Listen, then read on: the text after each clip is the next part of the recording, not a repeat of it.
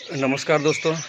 जैसा कि अब यह क्लियर हो चुका है कि जो पेपर लीक हुआ था और उसका जब मिलान किया गया है तो वह बिल्कुल सही पाया गया है कि यस, यह पेपर लीक हुआ है और यह पेपर सागर से लीक हुआ है। और इसके अलावा यही नहीं, यह भी पता चला है कि सरकार ने, मध्य प्रदेश सरकार ने जो ठेका दिया था इस पेपर को कंडक्ट कराने के लिए, वह ठेका किसी दूसरी कंपनी को दिया था, जबकि यह पेपर कंडक्ट करवाया राजस्थान की किसी दूसरी कंपनी ने। और इसीलिए इसमें जो पेपर सेटिंग हुई है वो मेनली राजस्थान के बच्चों के द्वारा की गई है। और यह अब बिल्कुल मैं कहूँगा कि यह 100% फर्जीवाड़ा है, कोई 99% नहीं, 100% फर्जीवाड़ा मैं इसलिए कह रहा हूँ। मान लीजिए कि पेपर है मेरे छोटे भाई का, रोल नंबर भी अलॉट किया गया है मेरे छोटे भाई को, लेकिन उसका पेपर देने के लिए मैं जाऊं। अर्थात आप मुझे बताइए, ठेका किसी दूसरी कंपनी को आप दे रहे हैं और आप मतलब जो ठेका लेने वाली कंपनी है वह अपना काम किसी दूसरी कंपनी को दे रही है, जबकि लिखित शर्तों में साफ साफ कहा गया है कि वह काम जिस कंपनी को दिया गया है उसी कंपनी को करना है। तो यह जो कार्रवाई है, कार्रवाई उस कंपनी पर भी की जानी चाहिए और मुझे तो ऐसा लगता है कि सरकार पर भी की जानी चाहिए, अगर अगर सरकार ने इस बात को अपने संज्ञान में नहीं लिया है और इस बात पर ध्यान नहीं दिया है। यह कैसे पॉसिबल है कि मैं अपने छोटे भाई का पेपर दे लूँ?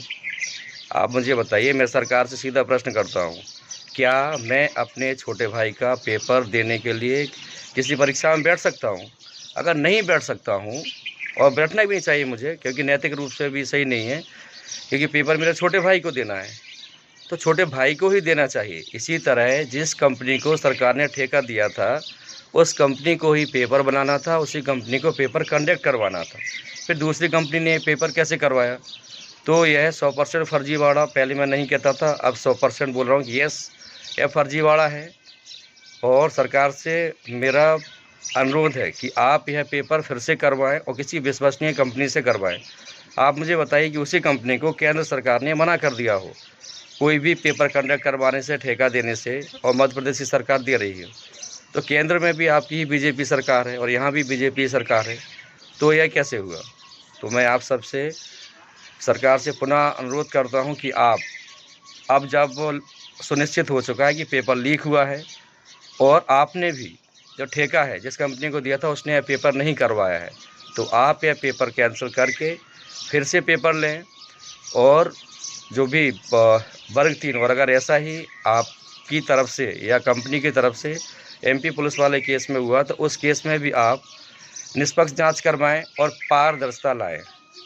तो दोस्तों, अगर आपको मेरी ये बातें सही लगी हों तो आप अपने दोस्तों के साथ शेयर कीजिए, लाइक कीजिए और सब्सक्राइब कीजिए। और आप पढ़ाई में लगे रहिए, पढ़ाई मत छोड़िए, पढ़ाई आपको काम ज़रूर देगी। जितने भी फर्जीवाड़ा आए, जितने भी बेईमानी, और बेईमानियाँ हर काल में हुई हैं और हर दौर में हुई हैं और होती रहेंगी, लेकिन ये भी पक्का है कि मेहनत और ईमानदारी का तोड़ ना कभी किसी बेईमान के पास था, ना है और ना कभी होगा। ठीक है दोस्तों, आप अपनी पढ़ाई बंद ना करें, मेहनत करते रहें, आप कामयाब ज़रूर होंगे। जय हिंद, जय भारत।